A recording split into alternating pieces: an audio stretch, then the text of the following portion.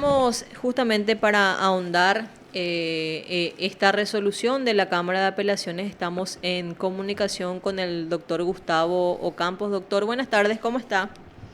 Buenas tardes. ¿Qué Lo tal? escu- ¿Cómo le va? Encantado, Perla. Doctor, primeramente queremos hablarte en tu calidad de postulante. ¿Cómo fue el examen? ¿Estás conforme con tu puntaje, doctor? Y bueno, te da la posibilidad de plantear de repente reconsideraciones o lo que fuera, pero bueno, una vez no puede tener la certeza exacta del puntaje específico, o sea, en el sentido de lo que pudo haber errado, porque en la forma de las preguntas y las respuestas que se hacían, ¿verdad? De repente un vocablo en algunas de las Mm. respuestas cambia todo el sentido de la misma, ¿verdad? Pero bueno, no es un mal puntaje de 17, ¿verdad? Atendiendo también los otros puntajes que ocurrieron. Estamos ahí como en tercera posición o algo así. Pero está interesante, ¿verdad? La cuestión. Es una etapa más en el proceso de selección de los postulantes a la Corte. Ahora, porque sí, yo pienso que podría ser a modo de una suerte de crítica objetiva, algo que en alguna medida no se mide. A mí, que siempre he sostenido en mis audiencias públicas, es el hecho del mérito, en alguna medida, construido a lo largo del desempeño.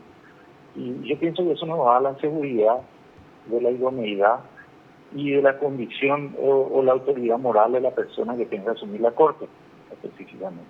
¿En qué sentido? En el manejo de los valores morales, la ética, la integridad, la fortaleza, la responsabilidad en el sentido de la contracción al trabajo. Eso no existen así pautas específicas sobre eso. Eso nos va a dar en alguna medida más la certeza, o como solía decir también, el diagnóstico, la radiografía, o si queremos ser más profundo, la resonancia nuclear magnética de la persona, del futuro magistrado que tenga que integrar la Corte. En este caso, doctor Raúl Ramírez, hoy.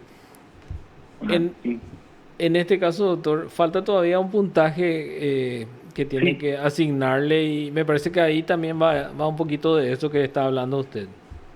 sí, así es, así es. Son 40 años de servicio en la función pública. Es cierto que ocupé también otros cargos, en otras dependencias de Estado, en el legislativo y ejecutivo, pero en cuanto a la administración de justicia, que estuve más largo tiempo, y me tocó, digamos, intervenir en casos muy sonados. El fiscal, el ser fiscal, el golpe del 2 y 3 de febrero, en donde dejó plasmado mi actuación en el tema del magnicidio de la plaza como juez de primera instancia. Y después también en otros casos sonados, ¿verdad? Extradición de Ari Pavao o lo que fuera, que son cosas a veces que son de gran impacto social y que reflejan ahí la conducta del magistrado. Si se revela en función a sus resoluciones la verdadera independencia del Poder Judicial, de regir las resoluciones en lo estrictamente jurídico y mantener equidistancia con relación a toda influencia de la naturaleza que fuera, de la política o de otra naturaleza o de otros grupos de poder y demás. Nada más que eso quiero decir. Yo pienso que tal vez eso se va a evaluar ahora en la cuarta instancia, que es la definitiva, parece, ¿eh? Sí, justamente eso nos decía el doctor Pacielo, que según él decía que tendría que llegar por lo menos cada postulante a un 70% de los 100 posibles para poder integrar la terna. O sea, el puntaje asignado no es no por de todo ese puntaje va a ir en la terna, dice él, pero por lo menos Ah, llegar al sí, 70, sí, decía él. sí, sí. Sí, el problema nomás surge cuando de repente, en el tema de los grados académicos, a veces se tiene, hay gente que tiene docencia por todos lados, pero la Constitución habla de salvo la docencia o la investigación científica a tiempo parcial. No cuestiona lo que tiene muchas veces, porque materialmente a mí me parece que es imposible cumplir con todas. Yo pienso que un sinceramiento sería eh, poder ejercer la docencia en los casos en que sí se puede estar a tiempo completo. Pero con relación a la magistratura, es un claro, a tiempo parcial en el sentido de que no pueda ir en contra de un detrimento del desempeño, la contracción al trabajo y evitar con ello la mora, ¿entiendes? Entiendo, doctor. Totalmente de acuerdo. Mm. Doctor, Son cosas a compatibilizar. El hecho de ser también celoso cumplidor de las normas, tanto éticas como la ley misma, la Constitución y demás, eso también es una cuestión a ser valorada, que debería ser valorada y que deberían haber pautas claras en relación a cómo evaluar eso. No es una crítica con relación a todo el sistema, tal vez un aporte constructivo, digamos, en ese sentido. ¿No le parece? sí, justamente, doctor. Estábamos viendo esa cuestión. Doctor, cambiando el tema así en forma radical un poco, estuvimos evaluando, o sea, estuvimos conversando acerca del fallo que dictó el Tribunal de Apelación Penal Primera Sala, específicamente en un caso de estafa donde en forma unánime se anuló el auto de apertura a juicio oral dictado por el doctor José Agustín del Mas, justamente porque cuando rechazó el ofrecimiento de pruebas de testigos de una de las partes. Uh-huh. Sí, Sí, no estaba fundamentado convenientemente. decían los camaristas que el juez tendría que facilitarle o sea, el trabajo en el sentido de consultarle al profesional que él fundamente la Uh-huh. pertinencia de la prueba. Exactamente, así mismo. Bueno, pasa lo siguiente. Hay una cuestión que a veces sucede en las audiencias preliminares. El juez debe ser director de la audiencia. ¿En qué sentido?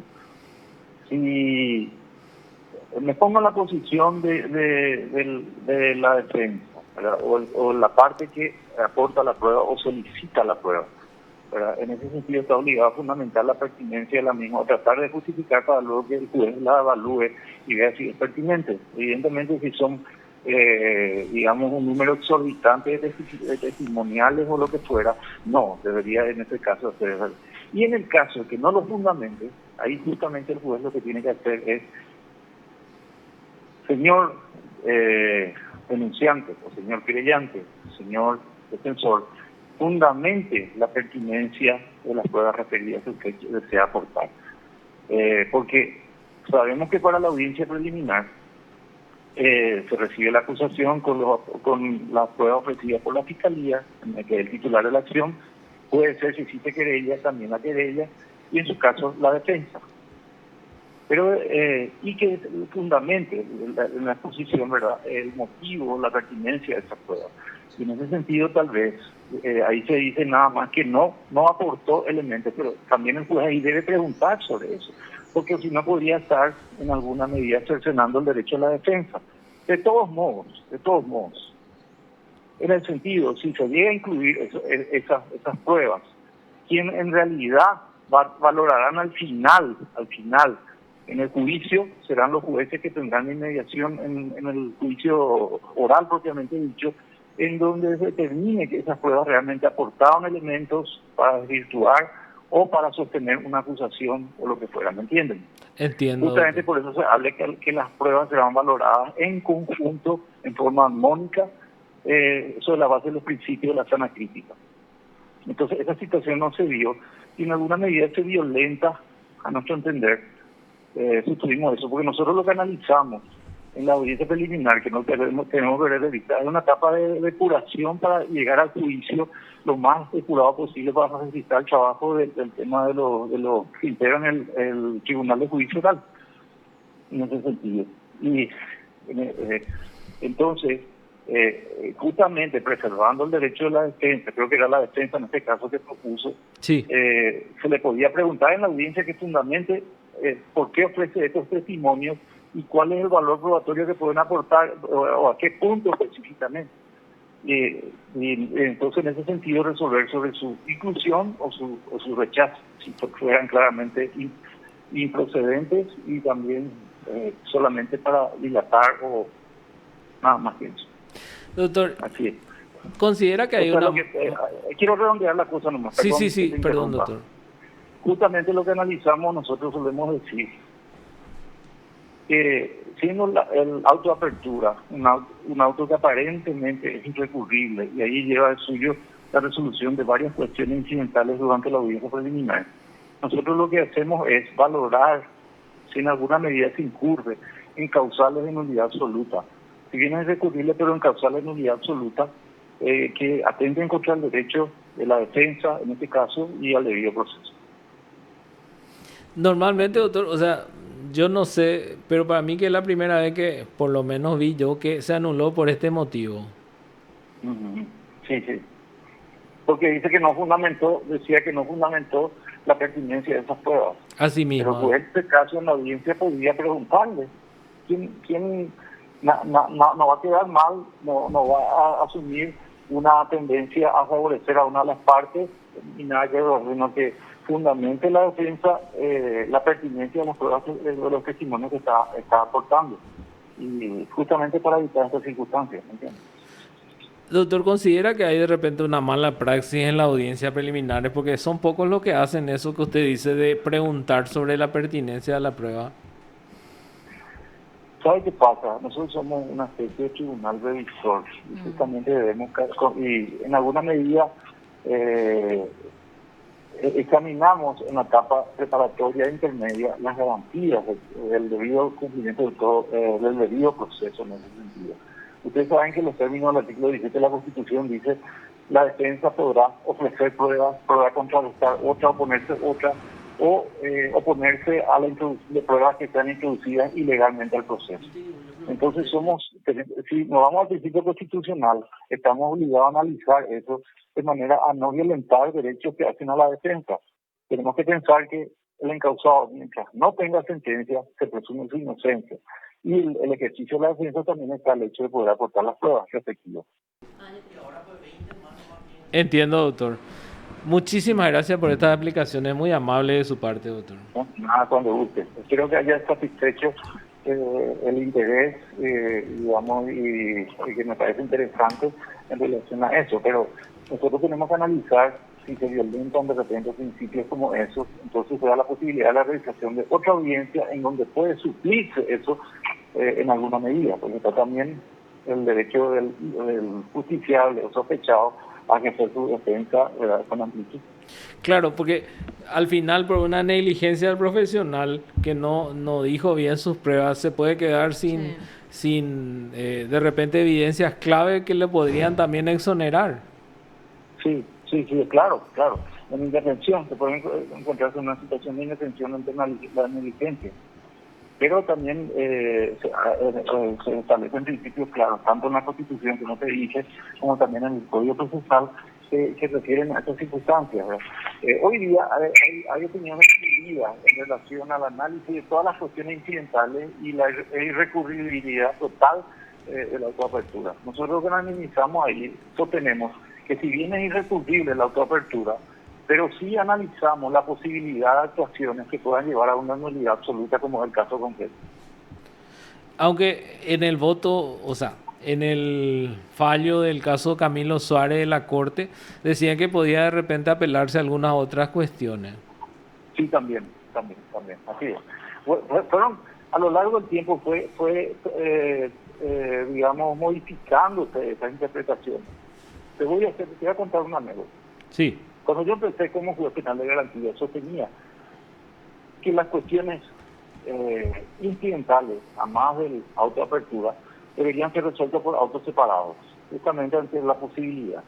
Pero en aquel entonces tuvimos la idea de que es un auto irrecurrible, específicamente que era la oficina técnica de entonces, sostenía ese hecho. Y aparte se pueden dar en alguna medida cierta incongruencia. ¿En qué sentido? Si por ejemplo se plantea un sobreseimiento definitivo y es rechazado, ¿verdad? Por supuesto, habilita a la apertura judicial para que en la etapa de amplio debate, de manera que ahí pueda ejercer su defensa también y puede salir absuelto de demostrarse, como en el caso de estas pruebas testimoniales que fueron rechazadas, demostrar o contrarrestar las pruebas de cargo en alguna medida, ¿verdad? Sí. Pero ¿qué pasa?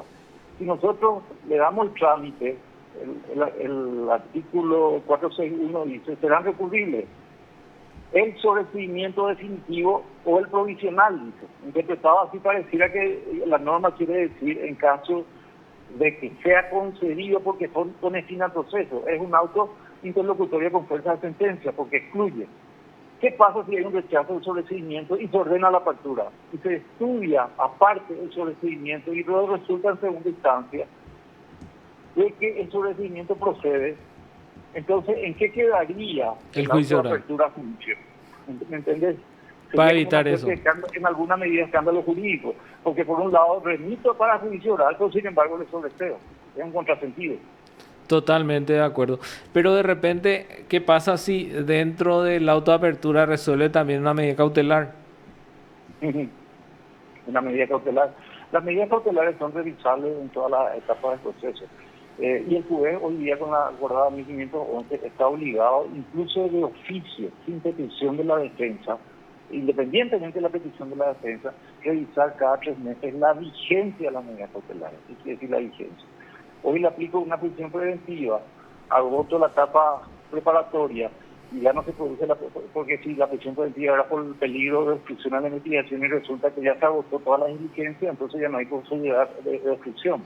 O de repente demostrando una suerte de arraigo o supuestamente se está aproximando la pena mínima establecida en la Constitución, no puede durar más que la pena mínima y en este caso debe estar la posibilidad de revisión periódica de la revisión, incluso después de dictado la sentencia que no esté firme por estar recurrida. Claro. Aún así, se puede seguir revisando. Eso se revisa durante todo el proceso. Entiendo, doctor. Muchísimas gracias. Muy amable por estos conceptos. No importa. Me es interesante, como le decía a mis colegas, a veces que llaman de distintos puntos. Digo, me gusta porque entonces me sirve para repasar. La verdad que sí, y principalmente también para que los teleoyentes entiendan de este tipo de decisiones que muchas veces no se percatan de lo importante y lo trascendente y hablamos de una etapa sumamente importante de una investigación o de un proceso, doctor. Así mismo. Después hay otra cuestión. Hay una confusión a veces que llega a eso a la ciudadanía y la ciudadanía cree que de repente se le otorga una medida alternativa y piensa que el proceso ya todo lo paré, ya terminó. No es así. Tenemos que diferenciar lo que son las medidas, lo que son las penas. Las medidas tienen el único fin de asegurar el sometimiento de todo procesado al proceso. Nada más que no tenemos que perder de vista esa situación. Entonces a veces la gente ya encara el tema de las medidas como si fuera una pena, una sanción. Y ahí está el gran error. O de repente cuando ocurre estos hechos así de nulidad ya piensa que esto se retrotrae, esto se vuelve a realizar una audiencia, pero la gente se cree con eso ya, con la nulidad, esto determinó, ¿entiendes? Sí, es cierto. Así mismo, doctor. Ya lo necesito rectificar rumbos y reencauzar la causa para seguir respetando las garantías constitucionales, porque tenemos que tener en cuenta que la Constitución está en la cúspide de nuestro sistema legal. Y está primero la Constitución y luego las demás leyes, los tratados y las leyes ordinarias en el orden de regulación enunciado. Doctor, te agradecemos muchísimo este contacto, muy amable. No es nada, cuando guste. Hasta luego, doctor. Gracias. Te informó PDS Radio TV Digital. El camarista Gustavo Campos con relación también a lo que fue el examen y el proceso en sí de la elaboración de terna para el cargo de ministro de la Corte Suprema de Justicia y también con relación a esta decisión de la Cámara de Apelación en lo penal. Ya en la página del Consejo de la Magistratura, Raúl